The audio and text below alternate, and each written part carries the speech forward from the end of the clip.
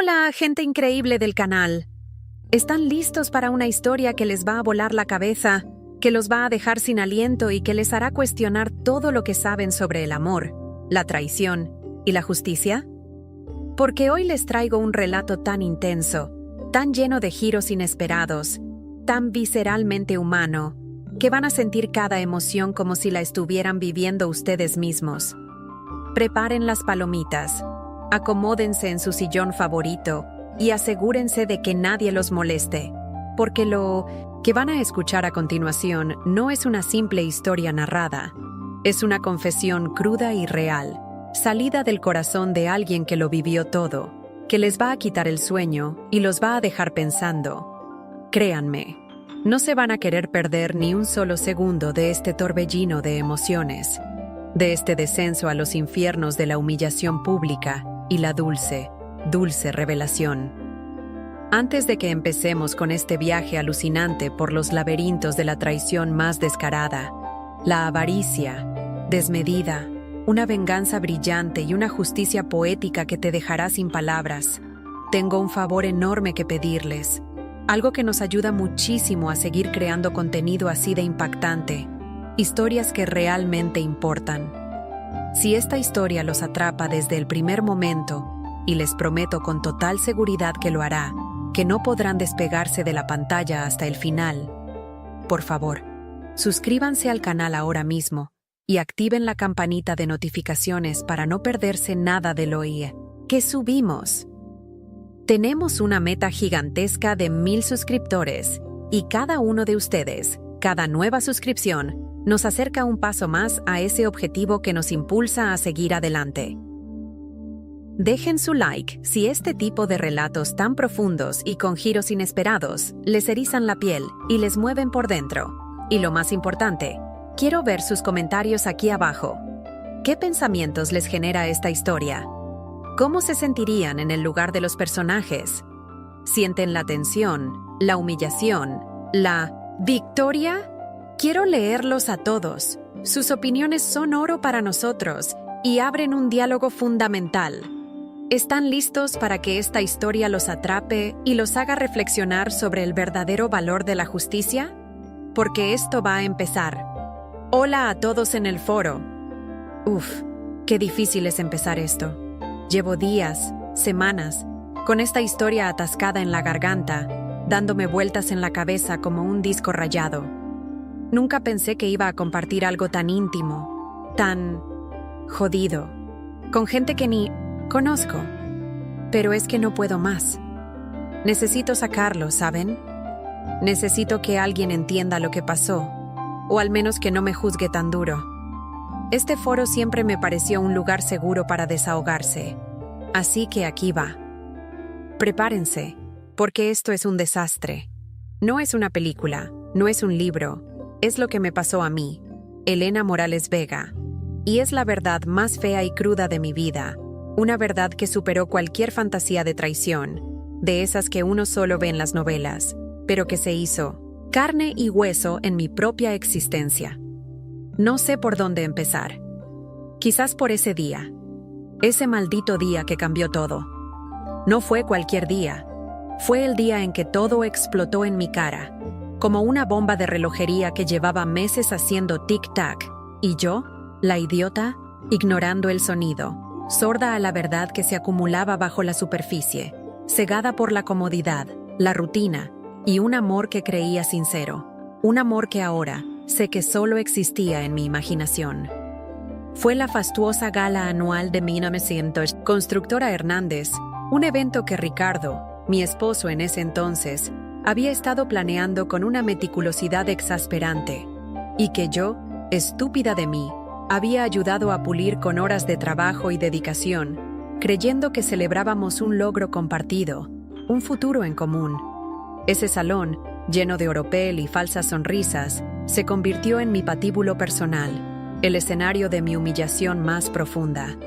El ambiente en la gala era de puro lujo, un derroche obsceno de dinero que ahora me revuelve el estómago.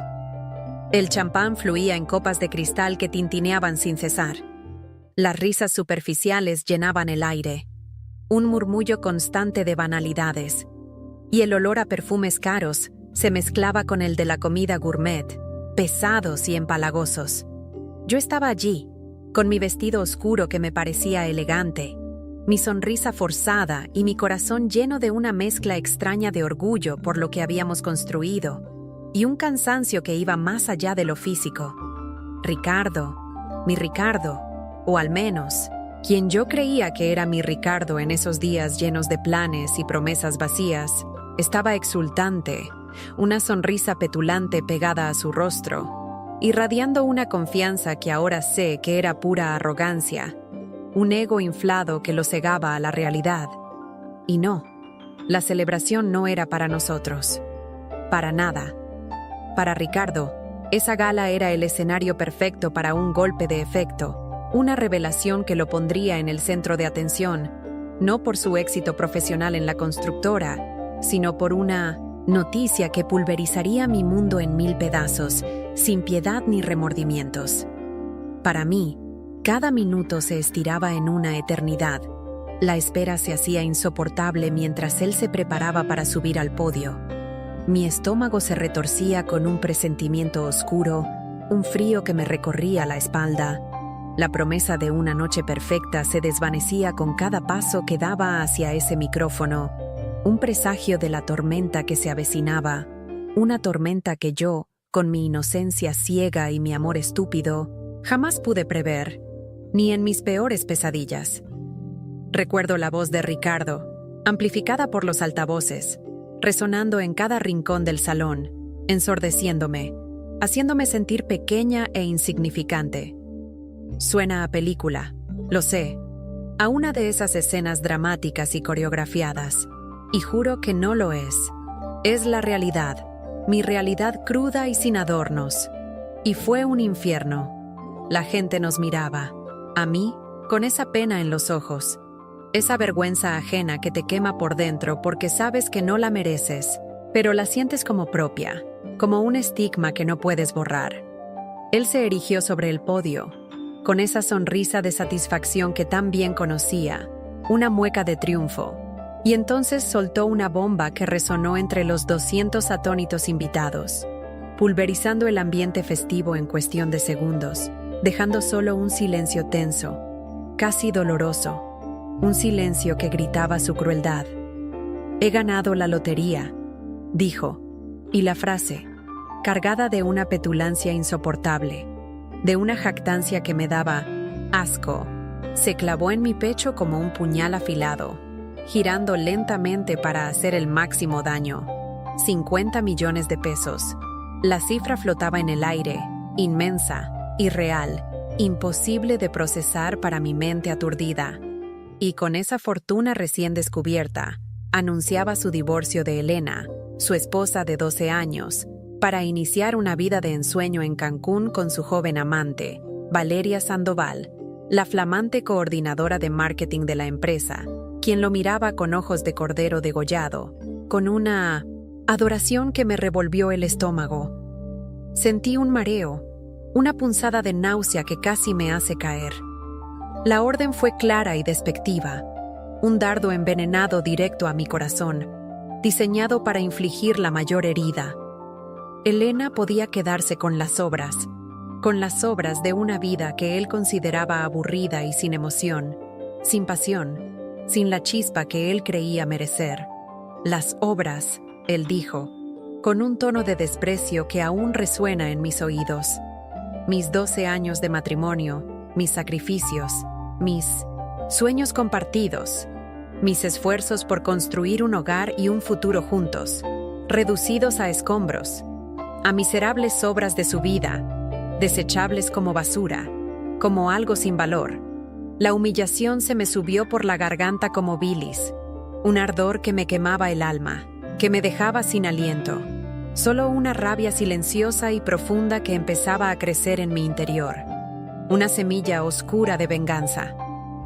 Los murmullos de indignación y vergüenza llenaron el salón, un coro de voces bajas que, para mí, sonaban como gritos atronadores, juzgándome, compadeciéndose de mí, susurrando mi fracaso a los 4 vientos.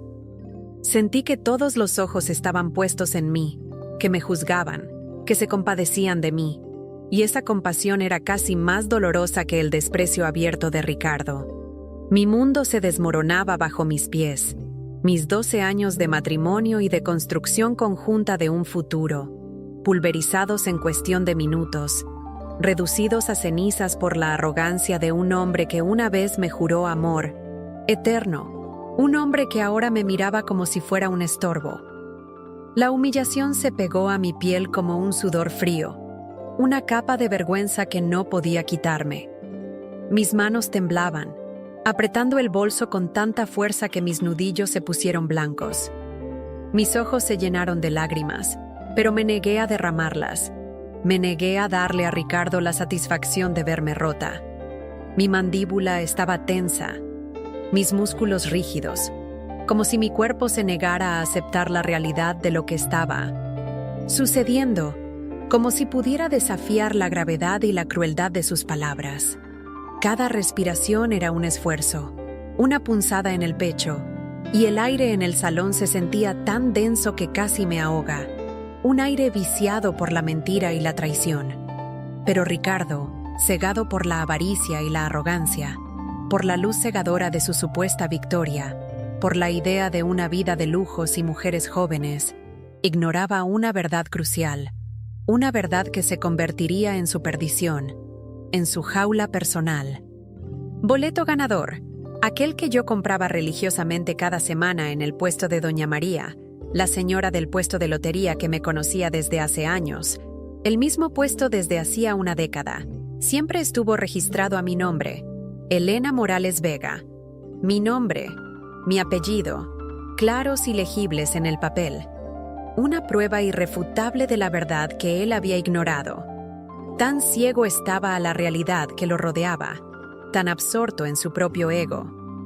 Ricardo, en su prisa por alardear de su supuesta riqueza, por subir a ese podio y humillarme ante todos, por mostrarle al mundo su nuevo comienzo, solo había verificado los números, los dígitos de la suerte, esos que creía suyos, sin prestar la más mínima atención al nombre del legítimo propietario, al nombre que figuraba en la parte superior del boleto.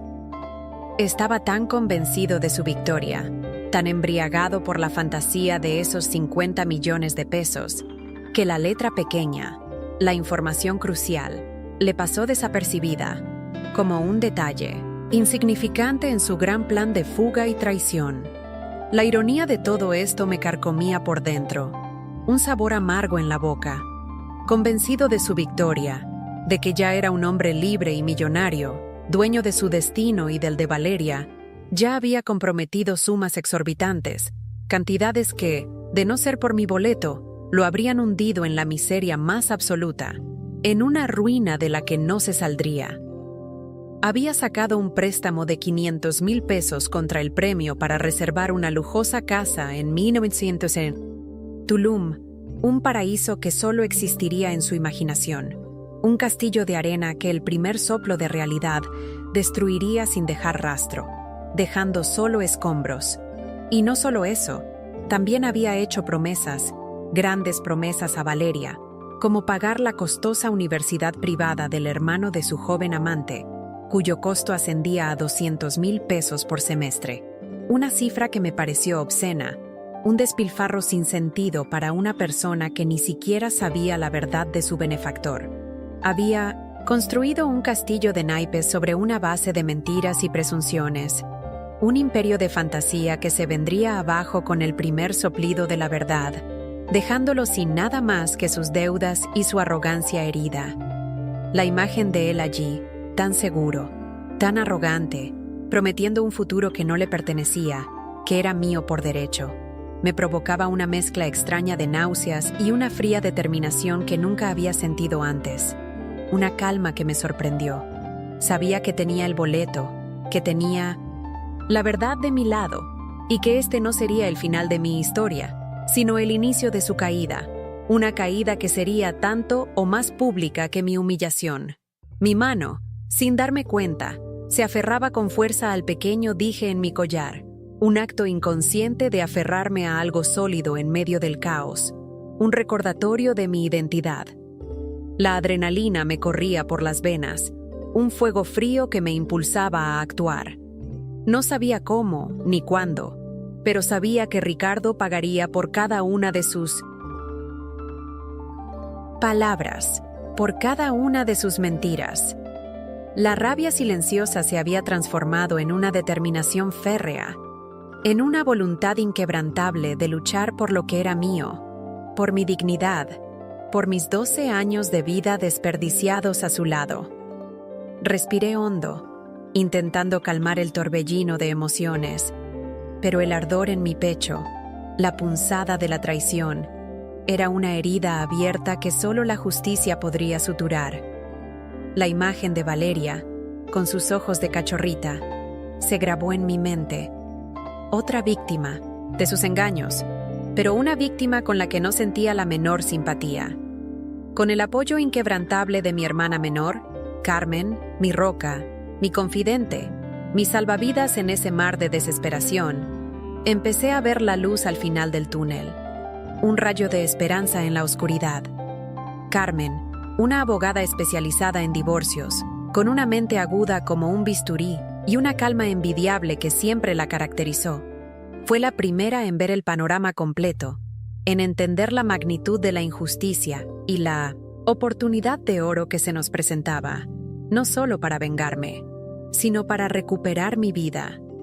Fue ella quien me hizo ver el poder legal que ostentaba, un poder que yo, cegada por el dolor y la humillación, ni siquiera había considerado. Tan sumida estaba en mi propia miseria y autocompasión. «Elena, ¿tienes el boleto original?», preguntó Carmen, su voz tranquila pero firme, sacándome de mi estupor. Y yo, con un nudo en la garganta, asentí. Lo tenía guardado en un cajón de mi mesita de noche. Casi olvidado entre papeles viejos, un pedazo de papel insignificante que ahora valía millones. Un tesoro que había estado bajo mis narices todo este tiempo. Armadas con el boleto original, ese pedazo de papel que ahora valía una fortuna, y toda la documentación necesaria, mi identificación, mis recibos de compra, todo lo que demostraba mi titularidad, cada detalle legal que Carmen consideró crucial. Elena y Carmen acudimos a la Lotería Nacional, un día antes de la cita de Ricardo. Lo hicimos. Antes de la cita de Ricardo, en secreto, con el corazón latiéndonos a 1000 por hora, un ritmo frenético que casi me asfixia, pero con una determinación férrea que me impulsaba hacia adelante. Nos aseguramos de que el premio fuera legalmente reclamado a mi nombre, Elena Morales Vega, sin dejar lugar a dudas, sin fisuras en nuestra estrategia, paso a paso, con una precisión casi militar, siguiendo cada instrucción de Carmen al pie de la letra. Cada firma, cada documento sellado, era una pequeña victoria, un ladrillo más en el muro que construiríamos alrededor de Ricardo, atrapándolo en su propia trampa. La espera en la Lotería Nacional fue agónica. Cada minuto parecía una hora.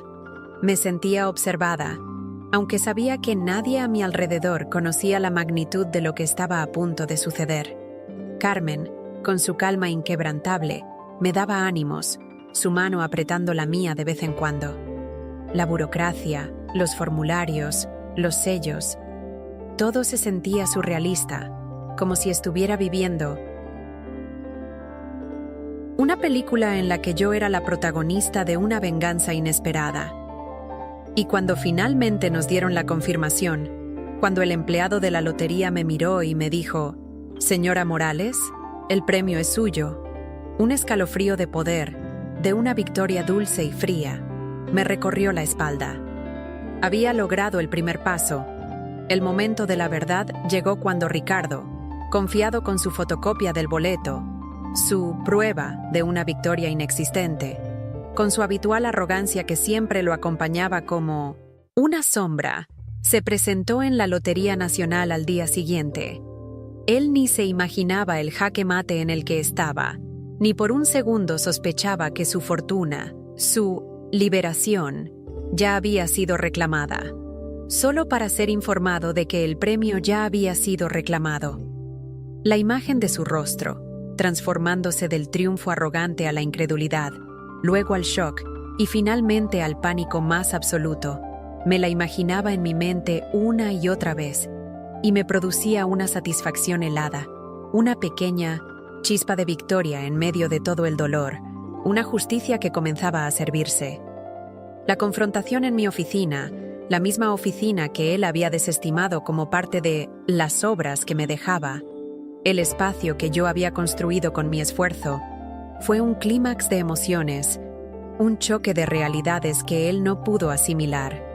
Ricardo entró como un torbellino, empujando la puerta, con el rostro enrojecido por la ira, los ojos inyectados en sangre, las venas de su cuello pulsando y el cabello despeinado, el aura de elegancia y control completamente desvanecida, revelando al hombre primitivo y violento que se ocultaba bajo la superficie. Exigió explicaciones, sus gritos resonando en las paredes, acusándome de robarle, insultándome con palabras que una vez me hubieran dolido, pero que ahora rebotaban en mi nueva armadura de determinación, incapaz de comprender cómo su plan perfecto se había desbaratado de forma tan abrupta. ¿Dónde está mi dinero, Elena? Sé que fuiste tú. Me lo robaste, gritaba, su voz ronca de rabia, golpeando mi escritorio con el puño. El miedo, por un segundo, intentó paralizarme, pero la imagen de su sonrisa petulante en la gala, la vergüenza que me hizo sentir, me dio la fuerza para mantenerme firme. Mientras Ricardo perdía los estribos, Valeria, la joven amante que había soñado con una vida de lujos a su lado, estaba allí, a su espalda, con los ojos hinchados por el llanto, suplicando compasión, pidiendo clemencia con una voz que apenas era un susurro, una figura patética y rota. Me miraba con una mezcla de miedo y desesperación, como si yo tuviera el poder de deshacer la verdad que se cernía sobre ellos. Su maquillaje corrido por las lágrimas, su figura otrora impecable, ahora parecía pequeña y frágil, despojada de su brillo seductor. Una imagen patética que no me producía lástima, solo una fría indiferencia, un recordatorio de que ella también era cómplice de la humillación. Sus súplicas se mezclaban con los gritos de Ricardo, creando una cacofonía de desesperación en mi oficina, pero yo me mantuve en silencio, permitiendo que la escena se desarrollara, disfrutando de cada segundo de su colapso. Yo, manteniendo una calma digna, una serenidad que me sorprendió incluso a mí misma, como si fuera otra persona la que hablaba, revelé la verdad, cada palabra como un golpe certero que lo derrumbaba. El boleto siempre estuvo a mi nombre, Ricardo, dije, mi voz baja pero firme, sin un ápice de temblor. Elena Morales Vega, yo, lo compré, yo lo pagué, semana tras semana, con mi propio dinero, de mi bolsillo. Y por lo tanto, yo soy la única dueña legal del premio. Cada uno de esos 50 millones de pesos me pertenecen por derecho, por ley, por karma. Mi voz era firme, sin titubeos. Cada palabra cargada con el peso de la verdad y de la justicia que se me había negado. Una verdad que él no podía negar. Le recordé a Ricardo su cruel humillación pública, cada detalle de aquella noche en la gala, cada palabra despectiva que había soltado por el micrófono, su tono de desprecio. Me llamaste las obras, Ricardo. Dijiste que me quedara con las obras de una vida que te aburría. ¿Recuerdas? Mi voz se mantuvo tranquila, contrastando con el temblor que empezaba a sacudir su cuerpo. Le recordé cómo él me había descartado como si fuera basura, como si mis 12 años de vida juntos no significaran absolutamente nada. Como si yo fuera un objeto desechable que él podía tirar cuando ya no le sirviera. Su rostro se descompuso aún más. Una mezcla de ira, shock, humillación y una incipiente desesperación que comenzaba a asomarse. Una imagen que se grabó en mi memoria. Valeria, que había buscado una vida de lujo, de viajes a Cancún y casas en Tulum, con un hombre millonario, se encontró con la dura realidad de que Ricardo nunca fue millonario, sino que había creado una fantasía elaborada para seducirla, para atraerla a su red de mentiras y promesas vacías. Su sueño de riqueza se hizo añicos ante sus propios ojos, y con él, la imagen del hombre al que había idealizado, reduciéndose a un estafador endeudado. La verdad se reveló con una crueldad que la dejó destrozada. Sus lágrimas ahora eran genuinas, de rabia, de frustración, de una ilusión rota, de una vida que se le escapaba de las manos. Ricardo, en ese momento, estaba destruido, su rostro pálido, sus ojos vacíos. Sus gritos se habían apagado, reemplazados por jadeos entrecortados. Lo vi encogerse, como si el peso de su propia estupidez y avaricia lo aplastara. Se quedó en silencio, derrotado, sin palabras. La furia se había ido, reemplazada por el shock. Valeria, al ver la realidad de la situación financiera de Ricardo, sin dinero, solo deudas, lo abandonó allí mismo, suplicando irse, su rostro una máscara de desilusión. Se fue con un portazo, dejándolo solo, humillado y en bancarrota. La historia de Elena, mi historia, es un testimonio de resiliencia y autoafirmación, de cómo una mujer puede levantarse de las cenizas de la humillación y reclamar lo que es suyo, y más.